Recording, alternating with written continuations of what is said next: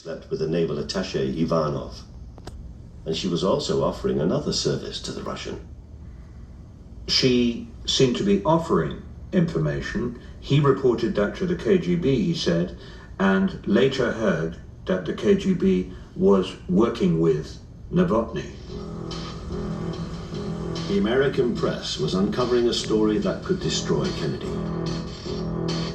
The ideal family man, the president who promised to fight corruption and promote civil rights, had allegedly been sleeping with a hooker who was also in bed with the Reds. Bobby Kennedy immediately summoned the journalists who'd written the article to a showdown meeting. They even played Bobby the tape of their conversation with the News of the World journalist and Novotny.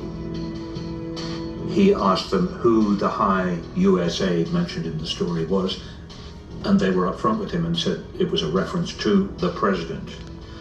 This must have been a moment that Bobby Kennedy must have feared and seen coming and hoped it would never come for years. And there it was. This was nearly breaking as a major story in the press. Bobby then threatened the newspaper owners with an iron fist. He said he'd use powerful anti-monopoly legislation to attack the Hearst Corporation. That stopped any further details of the story emerging. Once again, the Kennedys got away with it. But even though Bobby Kennedy had silenced the press for now, the journalists hinted at one more bombshell. Just one day later, on July the 2nd, J. Edgar Hoover informed Bobby Kennedy of a security investigation into yet another presidential affair. Ellen Rometch would prove the most dangerous woman of all. She was a 27-year-old wife of a sergeant in the West German military mission in Washington. Then in 1963, an informant told the FBI that she was connected at the highest level to the East German Communist Party. Rometch became a regular at Bobby Baker's Quorum Club, which was a watering hole for powerful politicians.